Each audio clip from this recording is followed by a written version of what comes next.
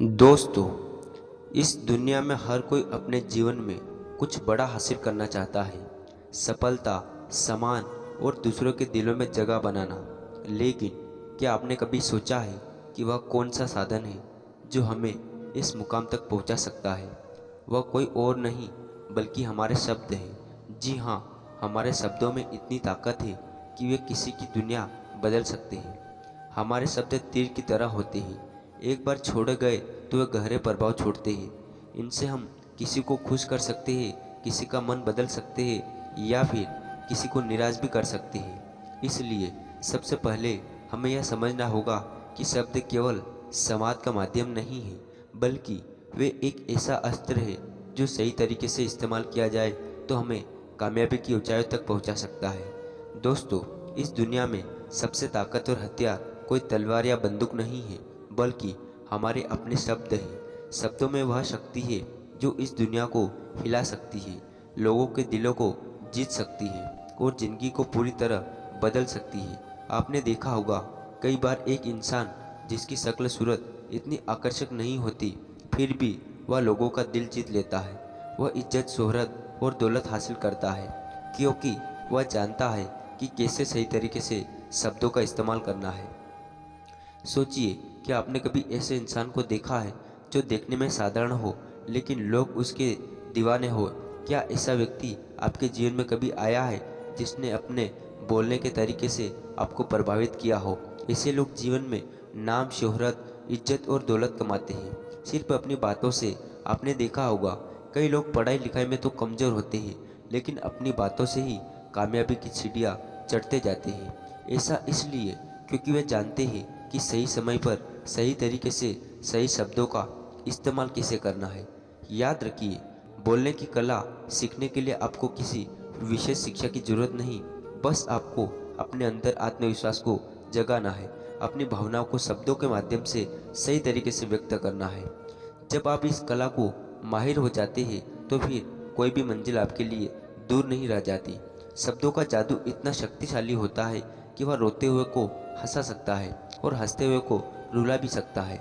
यह वही जादू है जिसने नेता पूरे देश पर राज करते हैं, कलाकार पूरी दुनिया का दिल जीतते हैं और व्यापारी अपने व्यापार को शिखर तक ले जाते हैं। यह वही जादू है जो हमें हमारे जीवन के हर क्षेत्र में कामयाब बना सकता है। तो चलिए जानते हैं इस कहानी के माध्यम से कि हम बातों से दुनिया कैसे जीत सकते हैं, कैसे हम किसी से अपना काम करवा सकते हैं, कैसे हम किसी को अपना दीवाना बना सकते हैं। लेकिन इससे पहले कि आप कहानी में खो जाए, वीडियो को लाइक और चैनल को सब्सक्राइब जरूर करें। एक समय की बात है, हिमालय की घाटी में एक बहुत ही महान बौद्ध भिक्षु रहते थे। उनकी ख्याति दूर दूर तक फैली हुई थी। एक दिन एक ख्याति और व्यक्ति उनके पास आया और वह व्यक्ति उस बौद्ध भिक्षु से कहता है, हे गुरुवर, सब यही कहते हैं कि चालाकी से बात करो, चालाक बनो, अन्यथा तुम हमेशा पीछे रह जाओगे। हे गुरुवर, आप ही बताइए कि चालाक कैसे बना जाता है?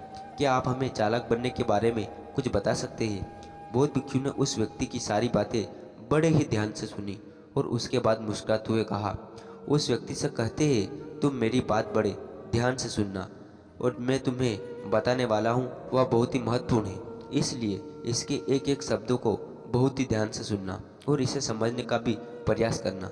इस दुनिया में यदि कोई सबसे ताकतवर हथियार है तो वह है हमारे शब्द।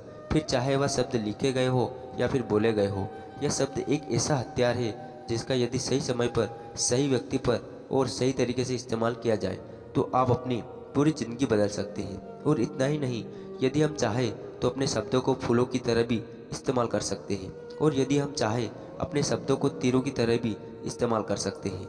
हम हमारे कहे गए शब्द गहरे से गहरे गांव भी भर सकते हैं और कभी कभी हमारे यही शब्द गहरे से गहरे गांव भी दे सकते हैं।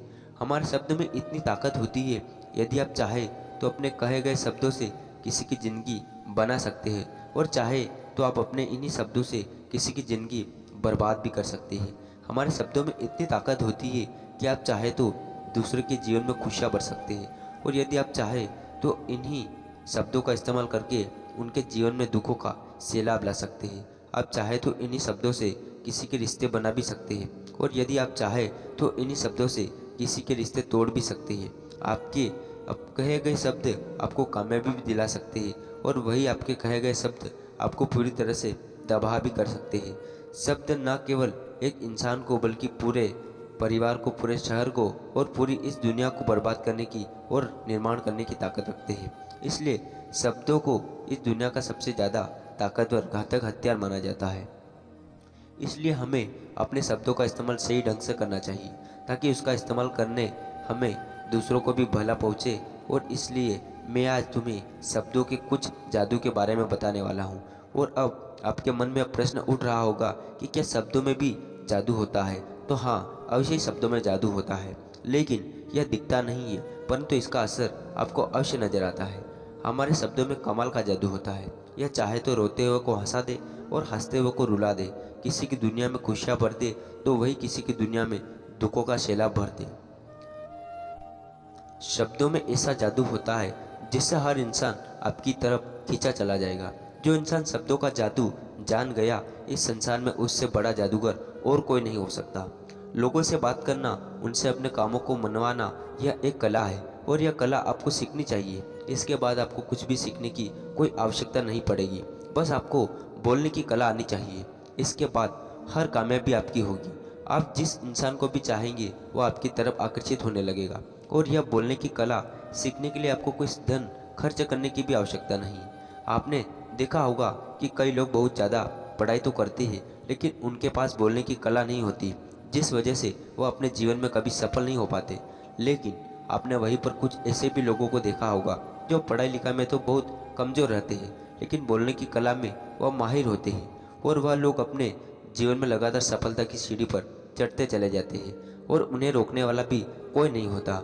बोलने की कला सीखना इतना मुश्किल भी नहीं है, बस ज़रूरत है हमें कुछ आदतों को बदलने की और साथ ही अपने नज़रिया में कुछ परिवर्तन लाने की। आप अपने शब्दों की ताकत को कम मत समझना।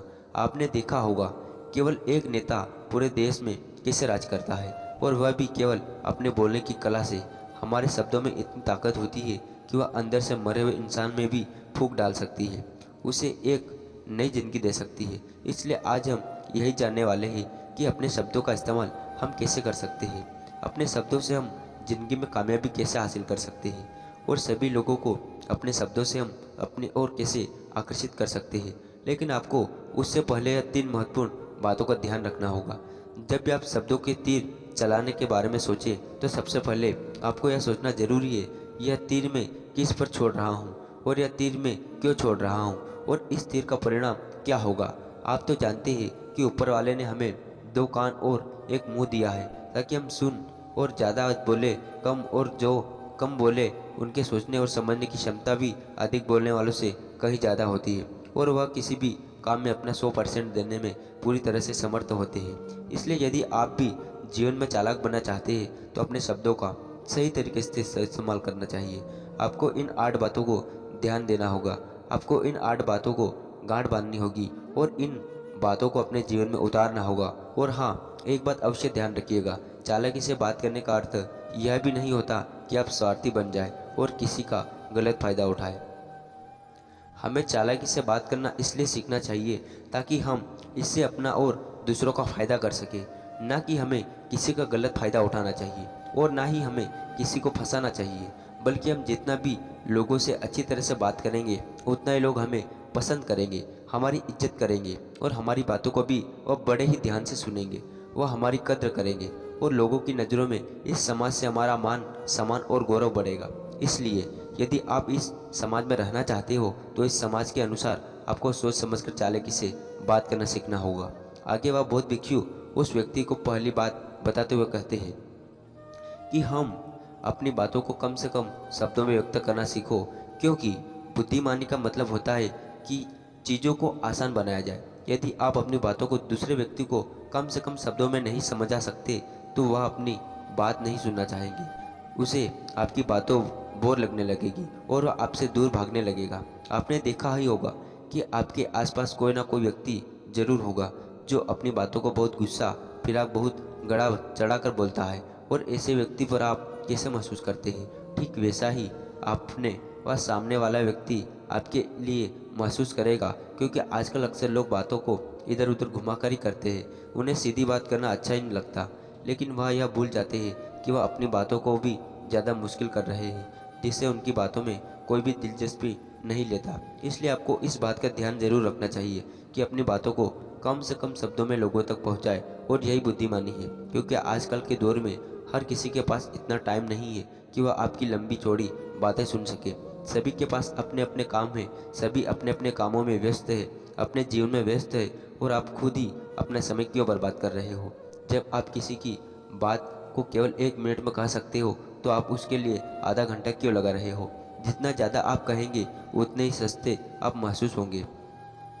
जितना ही कम शब्दों में आप अपनी बातों को लोगों तक पहुंचाएंगे, तो लोग उतना ही ध्यानपूर्वक आपको सुनना और समझना पसंद करेंगे। आगे वह बौद्ध भिक्षु उस व्यक्ति को दूसरी बात बताते हुए कहते हैं कि लोगों का दिल जीतना सीखो। आप जब भी लोगों के साथ होते हो तो उन्हें अपने साथ अच्छा महसूस करवाओ। अगर आपको किसी से अपना काम निकलवाना है तो उसकी थोड़ी सी बड़ाई करो, क्योंकि आजकल हर कोई अपनी बड़ाई सुनना चाहता है। उससे आपका कुछ नहीं बिगड़ेगा, क्योंकि वह अपनी बड़ाई खुद सुनना चाहता है। लेकिन हाँ, बड़ाई करते समय इस बात का भी ध्यान रखना चाहिए कि सामने वाले को ऐसा ना लगे कि आप सचमुच में ही उसकी बड़ाई कर रहे हो, इसका मजाक बना रहे हो। जैसे मान लो कोई व्यक्ति काला है और आप उससे कह दो कि तुम बहुत सुंदर दिख रहे हो, तो आपकी बात समझ जाएगा, और हो सकता है कि वह आपसे गुस्सा भी हो जाए। बल्कि आप उससे कुछ इस तरीके से बात करें कि अरे दोस्त, आज तो तुम बहुत अच्छे लग रहे हो। पहले कहीं गए बात उसे बिल्कुल पसंद नहीं आएगी, लेकिन जब आप उसे कहेंगे कि आज आप बहुत अच्छे लग रहे हो, तो वह तुम्हारी बात अवश्य सुनेगा, और उसे यह सुनकर बहुत अच्छा भी लगेगा।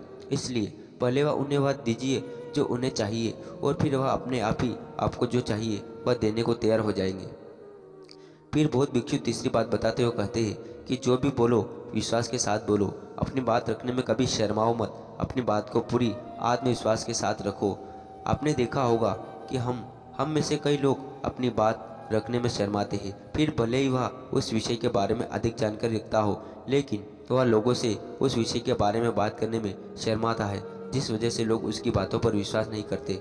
उन्हें लगता है कि इसके बारे में बिल्कुल नहीं पता है, और वह लोग आपकी बातों में दिलचस्प नहीं दिखाते, और वह लोग आपको आपकी बातों को झूठ भी समझने लगते हैं। इसलिए आप किससे क्या कह रहे हो और क्यों कह रहे हो, यह बात समझना भी बहुत ज़रूरी है। और यदि आप किसी के बारे में जानते हैं और पूरे आत्मविश्वास के साथ उस बात को रखते हैं, तो सामने वाले व्यक्ति आपकी बातों पर प्रभाव जरूर पड़ेगा, क्योंकि आत्मविश्वास में ही वह शक्ति है जिससे लोग आपकी बातों पर विश्वास करते हैं, आपकी बातों से ही प्रभावित होते हैं। किंतु यदि आप अपनी बात रखने में शर्माते हैं, तो आप कभी भी अपना प्रभाव दूसरे व्यक्ति पर नहीं छोड़ सकते। इसलिए जब भी आप किसी से बात कर रहे हो, तो अपनी बातों को आत्मविश्वास के साथ रखें। आगे वह बौद्ध भिक्षु व्यक्ति को चौथी बात बताते हुए कहते हैं कि अपने शब्दों और अपने वाक्यों में भावनाओं को डालने की कोशिश करें, क्योंकि जब तक आपके शब्दों में, आपके वाक्यों में भावनाएं नहीं होगी, तो वह लोगों के दिल में कैसे पहुंचेगी। जब आपके शब्दों में, आपके वाक्यों में भावनाएं जुड़ी होती है, तो वह आसानी से लोगों के दिल तक पहुंच जाती है। इसलिए आपको अपनी आवाज़ को उसी माहौल के हिसाब से रखनी चाहिए। यदि आपको लगता है कि किसी वाक्य पर, किसी ऐसी स्थिति पर आपको दुखी होना चाहिए, तो आपकी आवाज़ में वह नमी होनी चाहिए। और यदि आपको लगता है कि सामने वाला व्यक्ति खुश है और वह खुशी खुशी आपकी बात सुन सकता है, तो आप उसे खुशी खुशी भी बात कर सकते हैं। और दूसरी तरह यदि आपको लगता है कि कोई व्यक्ति दुखी है और उसके मन में शांत होना है, तो आपको उसके मन को शांत करने वाली वाणी, मतलब अपने शब्दों को, अपने वाक्यों का इस्तेमाल करना चाहिए। अपनी आवाज़ में नमी रखनी चाहिए, जिससे आपके मन की बात, आपकी भावनाएं उसके दिल तक पहुंच सके, और वह आपकी बात सुनने में दिलचस्पी दिखाए। क्योंकि जब आप किसी का दर्द बांटते हैं, तो सामने वाले व्यक्ति को बहुत अच्छा लगता है। ऐसे समय पर आपकी भावनाएं, आपके शब्द और आपके वाक्य अधिक महत्व रखते हैं। शब्द, वाक्य सब एक ही होते हैं, बस इन्हें बोलने का तरीका अलग अलग होता है। कि जैसे आप अपने पार्टनर से प्रेम करते हैं कि मैं तुम्हें बहुत प्रेम करता हूँ और नहीं छोड़ूंगा, और वहीं पर अगर आप गुस्से से ये बात कहते हैं मैं तुम्हें नहीं छोड़ूंगा, तो इन दोनों बातों का मतलब तो एक ही है, लेकिन कहने का तरीका बदल गया। शब्द तो हर किसी के पास होते हैं, लेकिन सही तरीके से शब्दों का इस्तेमाल करना, यही बुद्धिमानी होती है। जो अपने शब्दों में, अपने वाक्यों में भावनाओं को जोड़ पाता है, वही लोगों के दिल में राज कर पाता है। आगे वह बौद्ध भिक्षु उस व्यक्ति को पांचवी बात बताते हुए कहते हैं, जब भी तुम किसी व्यक्ति से बात करते हो, तो उसकी आंखों में आंखें डालकर बात करो, क्योंकि यदि आप बात करते समय लोगों से नज़रें चुराएंगे, सामने वाले व्यक्ति से चुप चुप कर बात करेंगे, तो उसे ऐसा महसूस होगा कि जैसा कि आप उससे कुछ छुपा रहे हो, आप उससे झूठ बोल रहे हो। इसलिए वह आपकी बातों में दिलचस्पी नहीं दिखाएगा और ना ही वह आपकी बातों पर विश्वास करेगा। और वहीं पर दूसरी तरह यदि आप उस पूरे आत्मविश्वास के साथ दूसरी व्यक्ति की आंखों में आंखें डालकर यदि आप उसे झूठ भी कह देंगे, तो भी वह आपकी बातों पर विश्वास कर लेगा और वह आपकी बातों में दिलचस्पी भी दिखाएगा। इसलिए बात करो राजा की तरह और काम करो गुलाम की तरह। नहीं आगे वह बौद्ध भिक्षु उस व्यक्ति को छठी बात बताते हैं और कहते हैं, कम बोलो और काम बोलो, अर्थात अपने बोलने के तरीके सुधार ले। ना तो बहुत धीरे धीरे बोलो और ना ही बहुत तेज। अपने शब्दों का उच्चारण सही और स्पष्ट तरीके से करें। अगर आप बहुत जल्दी जल्दी बोलेंगे तो लोग भी समझ नहीं पाएंगे, और अगर आप बहुत धीरे बोलेंगे तब भी लोग आपसे बोर हो जाएंगे और आपकी बातों में थोड़ी भी दिलचस्पी नहीं दिखाएंगे।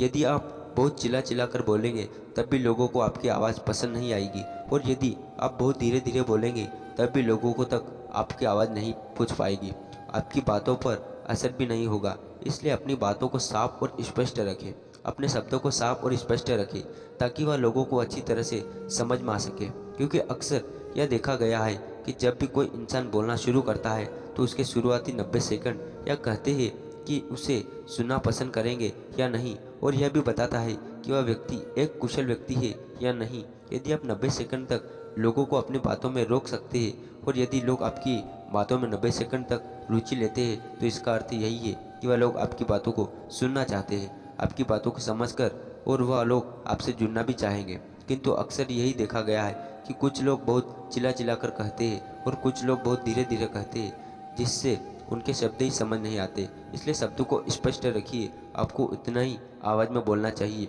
जितने में आपको विचार सामने वाले व्यक्ति पहुंच सके। फिर सातवीं बात बताते हुए उस व्यक्ति को बौद्ध भिक्षु कहते हैं, लोगों की मदद करना सीखो।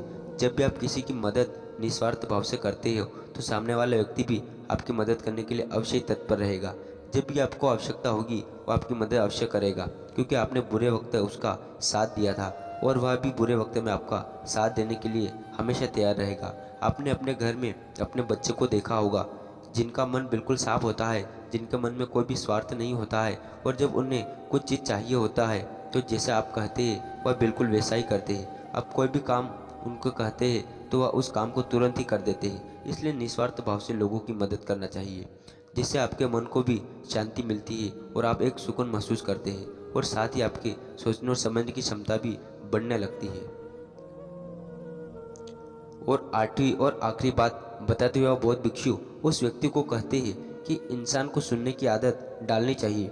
आपने या तो देखा होगा कि जब भी आप कोई बात कर रहे होंगे तो इस बीच में आपके सामने वाला व्यक्ति आपकी बात काटकर आपसे कुछ और ही कहने लगता होगा, और कई लोग तो ऐसे भी होते हैं जो आपकी बातों को खुद तक ही रखते हैं, वह अपनी बातों को ही बड़ा चढ़ा कर करते हैं, तो वह दूसरों की सुनना भी नहीं चाहते हैं। लेकिन वह यह भूल जाते हैं कि एक सफल व्यक्ति अधिक से अधिक सुनता है और सोचता समझता है, इसके बाद ही वह जवाब देता है, क्योंकि इज्जत उसे ही ज़्यादा मिलती है जो पूरी तरह से सुनने के बाद कुछ कहता है।